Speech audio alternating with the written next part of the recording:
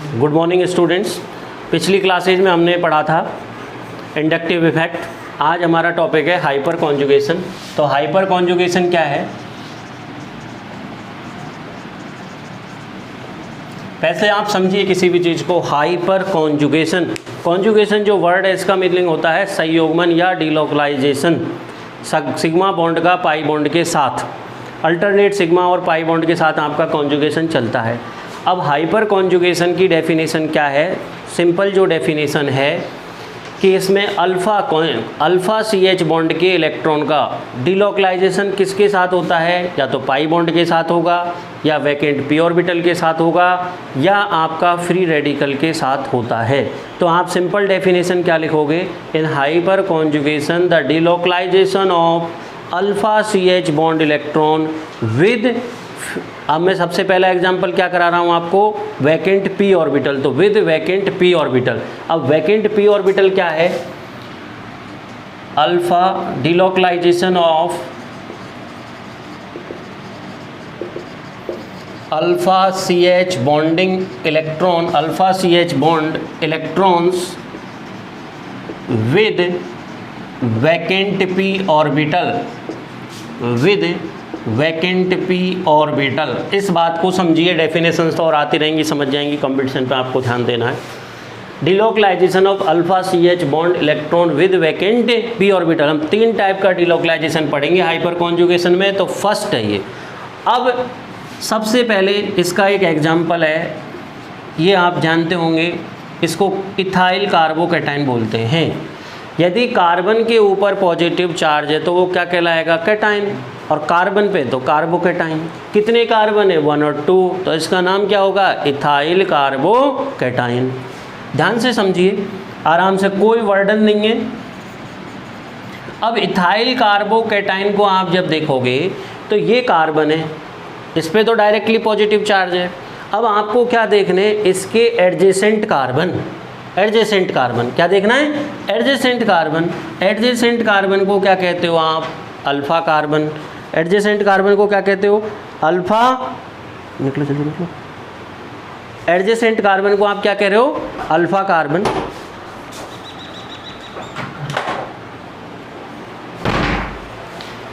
तो alpha carbon पर लगे हुए हाइड्रोजन क्या कहलाते हैं? Alpha hydrogen. कितने हाइड्रोजन लगे हुए हैं यहाँ पर? 3 हाइड्रोजन। 3 अल्फ़ा हाइड्रोजन हो गए। अल्फ़ा कार्बन पर लगे हुए हाइड्रोजन क्या कहलाएंगे? Alpha hydrogen. कितने हाइड्रोजन है यहाँ? 3 हाइड्रोजन। अब आप सोच रहे होगे सर ये वैकेंट p ऑर्बिटल क्या है? तो वैकेंट p ऑर्बिटल को समझो। कार्बन, कार्बन का यहाँ पर हाइब्रिडाइजेशन क्या है? sp2। आप एक चीज़ और देखिए, जहाँ भी कंजुगेशन शब्द आ जाए, कॉन्जुगेशन हमेशा प्लेनर में होता है। किस में होता है? प्लेनर में। और प्लेनर किसको कहते हैं? जहाँ पर हाइब्रिडाइजेशन उस कार्बन का क्या हो? sp2। sp2 हाइब्रिडाइजेशन में क्या होता है? ट्राइगोनल प्लेनर ज्योमेट्री होती है। क्या होती है? ट्राइगोनल। जैसे ये ट्राइंगल है, एक पेन, ये दूसरा वाला मार्कर हो गया, दूसरा पेन, और एक और पड़ा होगा, दिस इज थर्ड। ये ट्राइंगल बना हुआ है, देख रहे हो आप ये ट्राइंगल। तो इस ट्राइंगल में ये कार्बन है, सपोज मेरी ये जो फिंगर है वो कार्बन है, इससे 3 ग्रुप लगे हुए हैं, 1, 2 और 3। ये तीनों sp2 हाइब्रिड ऑर्बिटल हैं, और ये तीनों के तीनों क्या हैं? In the plane of the paper. इन दोनों के मध्य बॉन्ड एंगल क्या है? ये 120 डिग्री। क्या है? 120 डिग्री। अब जब ये ऐसे प्लेन में लगे हुए हैं तो जो p ऑर्बिटल होगा वो मेरे जैसी ये फिंगर है, फिंगर की अपर लॉब ये हो जाएगी और ये डाउन लॉब हो जाएगी। ये क्या होगा? p orbital. अब कार्बन की जब सिचुएशन आप देखोगे यहाँ पर, तो इस कार्बन के पास कितने बचे हैं? 2 तो हाइड्रोजन है, एक ये कार्बन, इससे कौन जुड़ा हुआ है? Alpha carbon. और इस पर क्या लगा हुआ है? ये p ऑर्बिटल। p ऑर्बिटल पे कार्बन पे है ना पॉजिटिव चार्ज, तो इसका मतलब पॉजिटिव चार्ज कहाँ है? इस p पे। या किसी को समझ में नहीं आया सर इस p पे क्यों लगा दिया? अरे भैया समझ में नहीं आया तो यहाँ लगा दो इसको। क्लियर? अब इस कार्बन की देखोगे वैलेंस सेल में इलेक्ट्रॉन तो 2 4 6 और 6 होंगे, तो ये क्या हो गया? वैकेंट इसका मतलब ये रिक्त पी कक्षक है। अब ये अल्फा CH बॉन्ड के इलेक्ट्रॉन कहाँ डिलोकलाइज हो जाते हैं, यहाँ पर, ठीक है। जब ऑर्बिटल डायग्राम आपने बना रखा है तो इसको ऐसे डिलोकलाइज कर दो, ठीक है। और इससे स्ट्रक्चर क्या बन जाएगी आपकी, जो हाइपर कॉन्जुगेटिव स्ट्रक्चर बनेगी,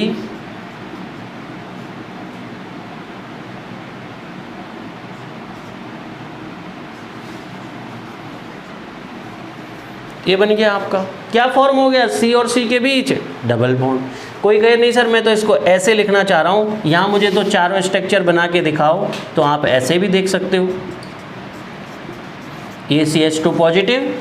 अभी एक बार समझ लीजिए कॉन्सेप्ट को, बार बार आपको फिर नहीं बनानी, कंपटीशन के हिसाब से चलना है। तो यहाँ देखो आपको फिर याद रहेगी नंबर ऑफ अल्फा हाइड्रोजन कितने, हाइपर कॉन्जुगेटिव स्ट्रक्चर कितने, लेकिन एक बार समझ में आ जाना चाहिए आपके कॉन्सेप्ट। ये जाएगा यहाँ पे, क्या बना यहाँ से,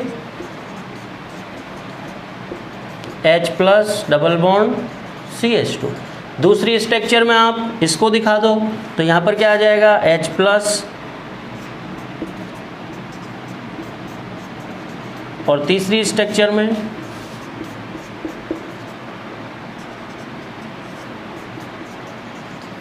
क्लियर।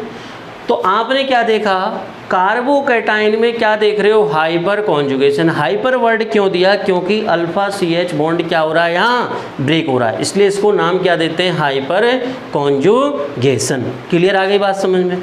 अब आप इसे क्या क्या कहते हैं, इसके नाम क्या क्या हैं, सीधे सीधे पूछे जाते हैं। पहला नाम किसने दिया था, ये बेकर और नाथन साहब ने। तो क्या बोलते हैं इसे, बेकर नाथन इफेक्ट। क्या बोलेंगे इसको, कौन सा इफेक्ट बोलेंगे, बेकर नाथन इफेक्ट। सीधा क्वेश्चन आता है आपसे। दूसरा, इसे क्या बोलते हैं हम, no bond resonance, because carbon और हाइड्रोजन के मध्य कोई बॉन्ड नहीं है, तो क्या कह दिया आपने इसे, नो बॉन्ड रेजोनेंस। उसके बाद इसे बोलते हैं सेक्रीफाइसल।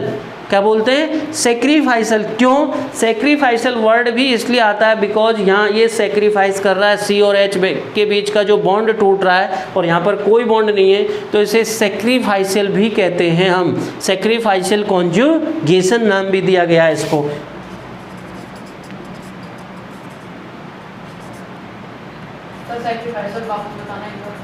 सेक्रीफाइसल का मतलब है कि ये सेक्रीफाई कर रहा है कि मेरा एक CH बॉन्ड टूटा और टूटने के बाद यहाँ पर कोई बॉन्ड नहीं है, तो इसे बोलते हैं सेक्रीफाइसल कॉन्जुगेशन। क्लियर हुआ। ये सेक्रीफाइसल शब्द आप याद रखना कहीं भी अगर पूछ ले। दूसरा, ये कौन सा इफेक्ट है, it is a permanent electronic displacement. कौन सा है, परमानेंट है। दूसरी बात, कहाँ क्या इन्वॉल्व हो रहा है इसमें, अल्फा CH बॉन्ड के इलेक्ट्रॉन का किसके साथ, वैकेंट p ऑर्बिटल के साथ। इसका मतलब p ऑर्बिटल कॉन्जुगेशन हो रहा है, जबकि रेजोनेंस में कौन भाग लेता है, या तो p ऑर्बिटल या पाई इलेक्ट्रॉन भाग लेते हैं। यहाँ पर एक सिग्मा बॉन्ड का इलेक्ट्रॉन भाग ले रहा है तो दूसरा p ऑर्बिटल भाग ले रहा है। ये इंपॉर्टेंट बात है। क्लियर। तो जितना ज़्यादा कॉन्जुगेशन होगा, सॉरी, जितना ज़्यादा नंबर ऑफ अल्फा हाइड्रोजन होंगे उतनी ही ज़्यादा हाइपर कॉन्जुगेटिव स्ट्रक्चर होंगी। तो उससे क्या फ़र्क पड़ेगा भाई, इस कार्बन पे क्या है, पॉजिटिव चार्ज। अब ये पॉजिटिव चार्ज, ये एडजेसेंट कार्बन है, इस पर कितने अल्फा हाइड्रोजन है, 3 है, तो ये पॉजिटिव चार्ज कितने पे डिस्पर्सल हो रहा है, 1 पर, 2 पर, 3 पर और 4 पर।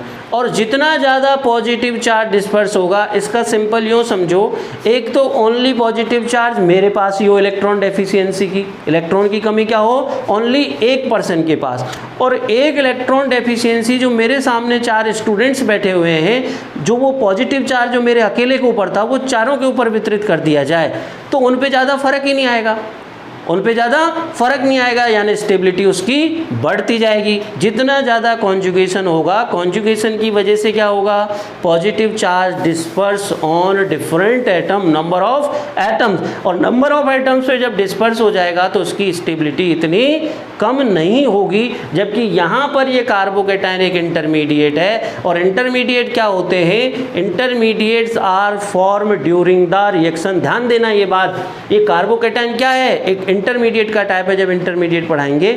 और इंटरमीडिएट क्या है? It is these intermediate form during the reaction, they are not isolated easily. But मैंने शब्द क्या लिया है? They are not isolated easily, but इनको हम आइसोलेटेड कर सकते हैं, पर उसके लिए हमें different term and condition use करनी पड़ेंगी। जो मैं शब्द बोल रहा हूँ क्वेश्चन आपसे इसी टाइप से पूछे जाते हैं, इसलिए स्पेशल ध्यान देना। क्या इंटरमीडिएट को आइसोलेटेड कर सकते हैं? नहीं कर सकते? कर सकते हैं, but we use specific term and conditions. तो ये आ गया। इसका मतलब इससे क्या फ़र्क पड़ रहा है नंबर ऑफ अल्फा हाइड्रोजन बढ़ने से? पॉजिटिव चार्ज डिफरेंट एटम पे ये डिस्पर्स हो रहा है, और जितना ज़्यादा पॉजिटिव चार्ज डिस्पर्स होगा उतना ही इसकी स्टेबिलिटी बढ़ती जाएगी। क्लियर? ये किस में आ गया समझ में आपको? कार्बोकैटायन। अब मैं एक एग्जाम्पल आपको दे रहा हूँ, ध्यान देना। इसी एग्जाम्पल से आप, और उससे हम कहेंगे कि आप कार्बोकैटायन की स्टेबिलिटी को एक्सप्लेन कीजिए। जैसे ये एक टर्सरी ब्यूटाइल कार्बोकैटायन दे रखा है आपको। क्या दे रखा है? Tertiary butyl. दूसरा आपको गिवन है आइसोप्रोपाइल कार्बोकैटायन। तीसरा आपको गिवन है इथाइल कार्बोकैटायन, और चौथा है मिथाइल कार्बोकैटायन। ठीक है? टर्सरी ब्यूटाइल क्यों? क्योंकि 4 ग्रुप हैं, टर्सरी है। जब एक कार्बन, टर्सरी कार्बन किससे कहते हैं? जिस कार्बन से 3 अल्काइल ग्रुप जुड़े हों वो क्या कहलाएगा? टर्सरी। जिससे 2 जुड़े हों वो सेकेंडरी, जिससे 1 जुड़ा हो वो प्राइमरी। तो ये कौन सा है? 3 डिग्री टर्सरी, ये सेकेंडरी, ये 1 डिग्री। यहाँ कोई जुड़ा हुआ है क्या? नहीं, तो ये क्या हो गया? 0 डिग्री। क्लियर? अब बात आएगी इसमें कि जो आपको 4 कार्बोकैटायंस दे रखे इनको decreasing order of the stability में आप अरेंज कीजिए। तो आपने समझा, पहले भी मैंने इंडक्टिव इफेक्ट में पढ़ाया था कि जितना ज़्यादा प्लस आई इफेक्ट होगा उतना ही कार्बोकैटायन की स्टेबिलिटी ज़्यादा होगी। लेकिन ओनली कार्बोकैटायन की स्टेबिलिटी को हम एल्काइल कार्बोकैटायन की स्टेबिलिटी को 2 चीज़ों से एक्सप्लेन करते हैं। वो कौन कौन सा है? हाइपर कॉन्जुगेशन और इंडक्टिव इफेक्ट। और एक और important thing, inductive effect, hyper conjugation is always dominant over inductive effect, because last class में मैंने बताया था कि हाइपर कॉन्जुगेशन में क्या होता है? Alpha CH bond complete break हो रहा है, और उसके जो 2 इलेक्ट्रॉन है उनका ट्रांसफ़र किस पर हो रहा है? CC बॉन्ड पर। जबकि इंडक्टिव इफेक्ट में only electron density shifted towards the different atom. Only क्या शिफ्ट होती है? Electron density. जैसे यहाँ पर इस CH3 की बात करोगे तो ये जो एरो शो कर रहा है वो पॉजिटिव चार्ज की तरफ, यानी ये देने वाला समूह है CH3, तो इलेक्ट्रॉन डेंसिटी को शिफ्टेड कर रहा है। जबकि हाइपर कॉन्जुगेशन में क्या है? कंप्लीटली CH बॉन्ड ब्रेक होता है। तो यहाँ पर कितने अल्फा हाइड्रोजन है आपको क्या चेक करना है? Alpha hydrogen. तो अब यहाँ कितने अल्फा हाइड्रोजन है कोई बताएगा? 9। क्यों 9? नो, वो हाइपर कॉन्जुगेटिव स्ट्रक्चर का है। यहाँ पूछा जाए number of alpha hydrogen. Sir आपने CH3 और CH, हाँ, इसको आपने डिसाइड करा एरो, तो ये नेगेटिव चार्ज नहीं जाएगा इसमें? कहाँ पे?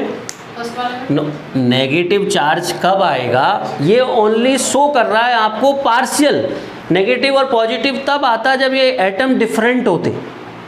एटम क्या होते हैं? डिफरेंट। अब ये तो शो कर रहे हो ना, इसका मतलब ये देने वाला है। मैंने आपको बताया था इंडक्टिव इफेक्ट 2 प्रकार का होगा, प्लस आई और माइनस आई। प्लस आई जो इलेक्ट्रॉन रिलीजिंग है, अपनी ओर से इलेक्ट्रॉन रिलीजिंग किसको दे रहा है? इलेक्ट्रॉन डेफिशिएंट एटम को।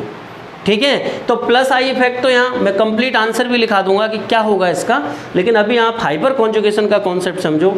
इस कार्बन से एडजेसेंट कार्बन ये भी है, ये भी है, ये भी है, तो इनसे जुड़े हुए हाइड्रोजन क्या कहलाए जाएंगे? Alpha hydrogen. कितने हो गए? 9। यहाँ पर कितने? 3 और 3 6। यहाँ पर कितने? यहाँ पर 0।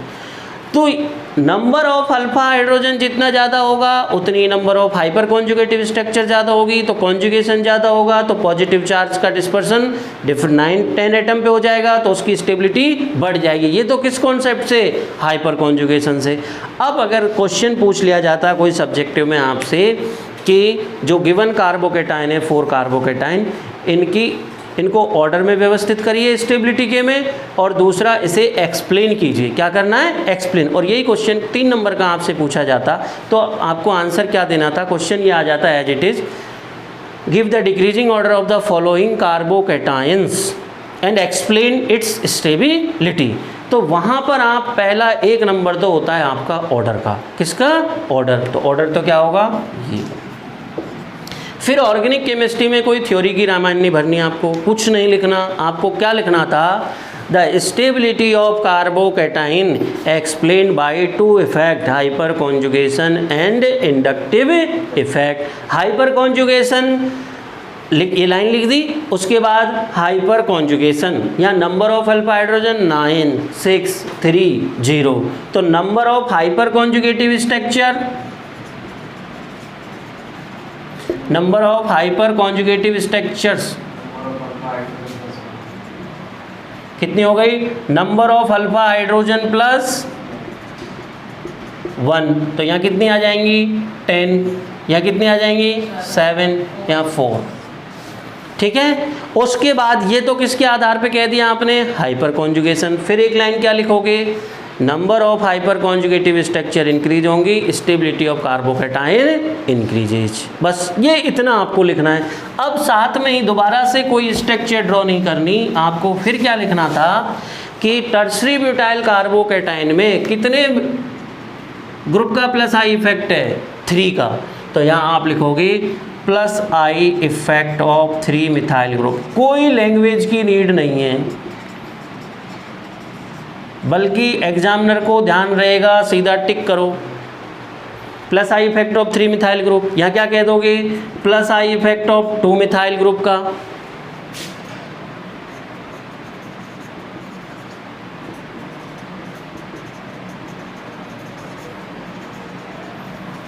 और यहाँ क्या कह दोगे? Plus I effect of 1 methyl group.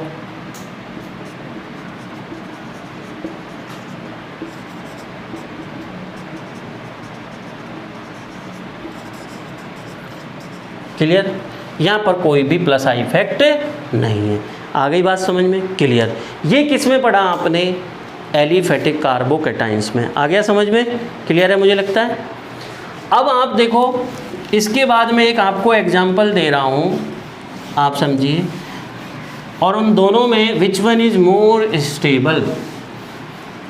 ठीक है। इंडक्टिव भी मैंने पढ़ा दिया, हाइपर कॉन्जुगेशन भी मैंने पढ़ा दिया, और मैं एक एग्जांपल दे रहा हूँ। ये आपके पास एक है एथिल कार्बोकैटाइन और दूसरा दे दिया जाए आपके पास propyl carbocation. Which one is more stable? क्या है एक? इथाइल कार्बोकैटाइन, दूसरा propyl carbocation. Which one is more stable? Why? Because, very good. यहाँ पर कितने अल्फा हाइड्रोजन है? 3 अल्फा एच। यहाँ पर कितने? अब ज़्यादातर स्टूडेंट गलती कहाँ कर जाता है? वो सोचता है सर ये CH2, इससे कितने हाइड्रोजन जुड़े? 2 और 3 5, और यहाँ पर कितने?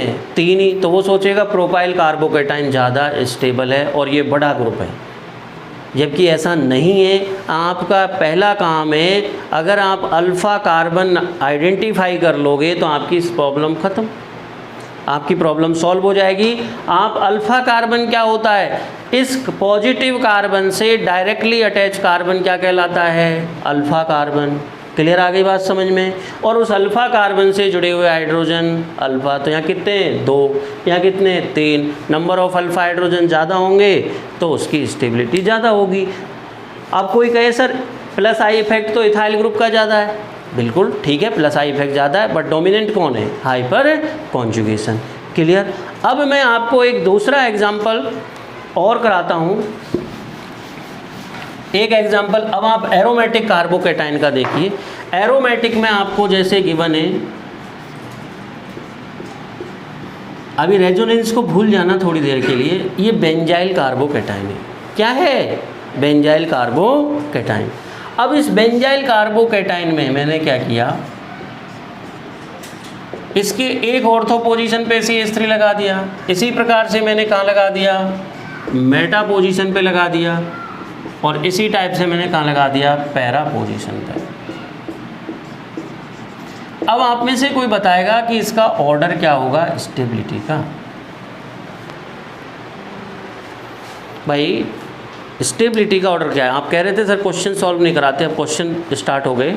आपके पास एक बेंजाइल कार्बोकेटाइन गिवन है, ठीक है। अभी के लिए इतना समझ लीजिए, रेजोनेंस नहीं पढ़ाया, कि benzyl carbocation stable due to resonance, लेकिन मैंने बेंजाइल को सब्स्टिट्यूटेड बेंजाइल कर दिया, या ऑर्थो पे मिथाइल है, या मेटा पे मिथाइल है, या पैरा पे मिथाइल है। तो what is the order of these compound, और इन कंपाउंड का नंबर डाल दिया मैंने, फर्स्ट, सेकेंड, थर्ड, फोर्थ। अब आप ऑर्डर बताइए क्या ऑर्डर होगा?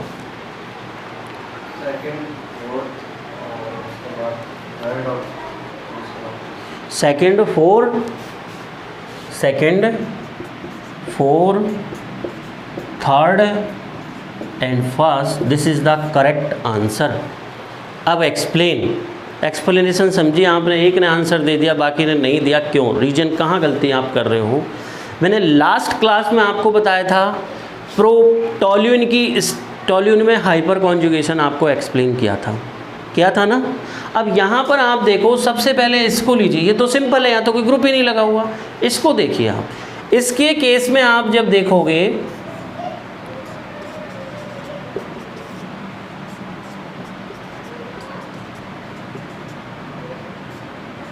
ये है, ठीक है। मैंने उस दिन आपको बताया था, जब टॉल्यूइन बनाया था, तो आपको किसका एग्जाम्पल दिया था? प्रोपीन का। तो वैसे ही यहाँ पर आप देखो, इधर देखिए, ये CH3 है, ये CH2 और CH2 है ना। अब यहाँ अगर आप देखोगे तो क्या है, ये CH2 पॉजिटिव, इससे साथ ये जुड़ा हुआ है डबल बॉन्ड। अगर ये अल्फा CH बॉन्ड के इलेक्ट्रॉन, क्या अल्फा CH बॉन्ड के इलेक्ट्रॉन कहाँ चले जाएं? जब अल्फा CH बॉन्ड के इलेक्ट्रॉन का यहाँ कॉन्जुगेशन होगा तो ये कहाँ जाएंगे? यहाँ। तो पॉजिटिव चार्ज कहाँ आ रहा है आपका?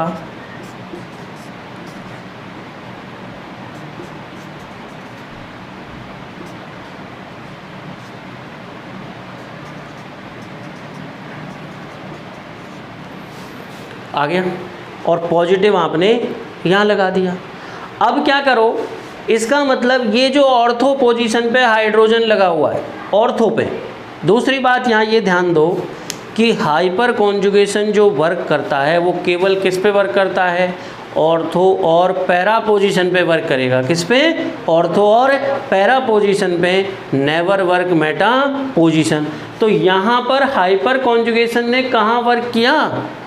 भाई इसके ऑर्थो पे लगा हुआ है ना, तो ऑर्थो पे लगा हुआ है, तो ये CH3 का कौन सा इफेक्ट होगा? इस CH3 का आपका प्लस H। हाइपर कॉन्जुगेशन तो एक ही टाइप का होता है, प्लस माइनस नहीं होता है। हाइपर कॉन्जुगेशन ऑलवेज क्या होता है? इलेक्ट्रॉन रिलीजिंग होता है। क्या होता है? Electron releasing. इसलिए प्लस H और माइनस H शब्द का प्रयोग हम नहीं करते, ओनली H का प्रयोग करते हैं, और वो क्या होगा? इलेक्ट्रॉन रिलीजिंग टाइप का। तो यहाँ पर ये क्या है? हाइपर कॉन्जुगेशन किसका? मिथाइल ग्रुप का। उसके साथ साथ दूसरा क्या है? इसका प्लस आई इफेक्ट भी है, ठीक है, इसके साथ प्लस आई इफेक्ट भी है। इस एग्जाम्पल में देखोगे तो क्या मेटा पे हाइपर कॉन्जुगेशन वर्क करता है? क्या नहीं करता।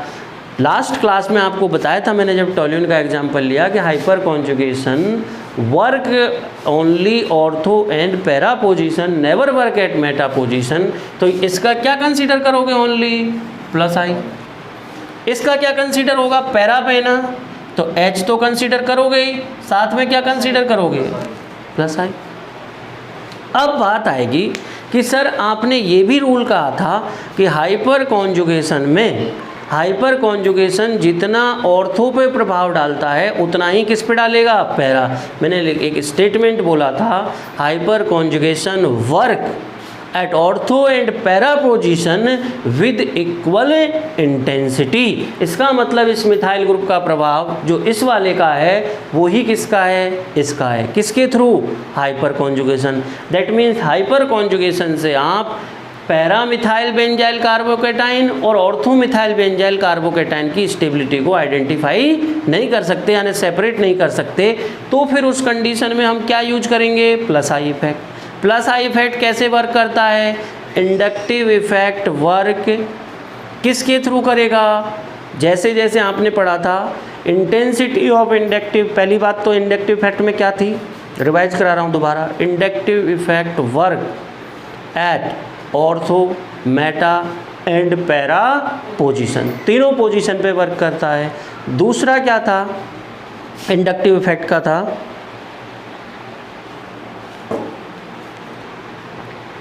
कि इंडक्टिव इफेक्ट में intensity of inductive effect decreases when distance from the source increases. अब देखो ये हमारा क्या है, सोर्स मान लो इसको लेने वाला, इलेक्ट्रॉन लेने वाला तो ये सोर्स हो गया, और ये देने वाला है।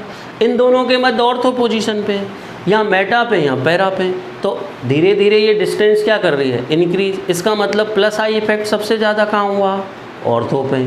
माइनस प्लस आई इफेक्ट्स का अगर हम इंडक्टिव इफेक्ट का ऑर्डर देखेंगे, किसका, इंडक्टिव का, तो सबसे ज़्यादा किस पे, ऑर्थो, मेटा और पैरा। इसका मतलब ऑर्थो पे हाइपर कॉन्जुगेशन तो पैरा के समान है, परंतु इंडक्टिव ज़्यादा है, तो सबसे ज़्यादा स्टेबल कौन है, सेकंड नंबर का कंपाउंड। फिर स्टेबिलिटी किसकी है, इसकी। फिर थर्ड पे कौन आया, ये, क्योंकि यहाँ ओनली क्या कंसीडर करोगे, प्लस आई। क्लियर।